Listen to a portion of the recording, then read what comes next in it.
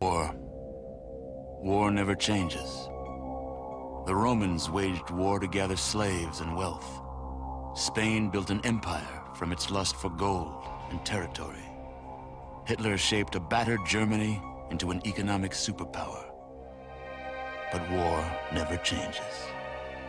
In the 21st century, war was still waged over the resources that could be acquired. Only this time, the spoils of war were also its weapons: petroleum and uranium. For these resources, China would invade Alaska, the US would annex Canada, and the European Commonwealth would dissolve into quarreling, bickering nation-states bent on controlling the last remaining resources on Earth. In 2077, the storm of World War had come again. In 2 brief hours, most of the planet was reduced to cinders. And from the ashes of nuclear devastation, a new civilization would struggle to arise. A few were able to reach the relative safety of the large underground vaults.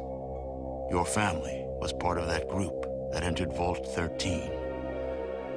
Imprisoned safely behind the large vault door, under a mountain of stone, a generation has lived without knowledge of the outside world.